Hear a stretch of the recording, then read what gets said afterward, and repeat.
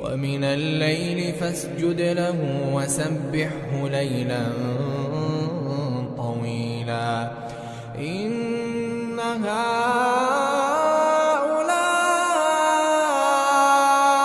يحبون العاجلة ويذرون وراءهم يوما ثقيلا نحن خلقناهم وشددنا أسرهم وإذا شئنا